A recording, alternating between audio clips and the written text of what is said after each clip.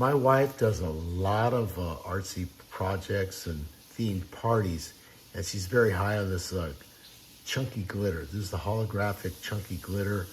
Uh, she says what's really neat about it, if you use the right adhesive, it really sticks well. And I wanted to open up and show you the bottle too. So we'll pop that open. I'll peel that off a little bit ahead of time.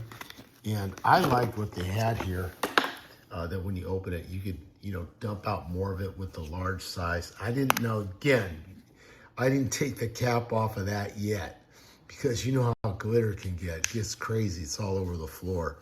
Then you got the other side, kind of like, a spice shaker kind of a thing.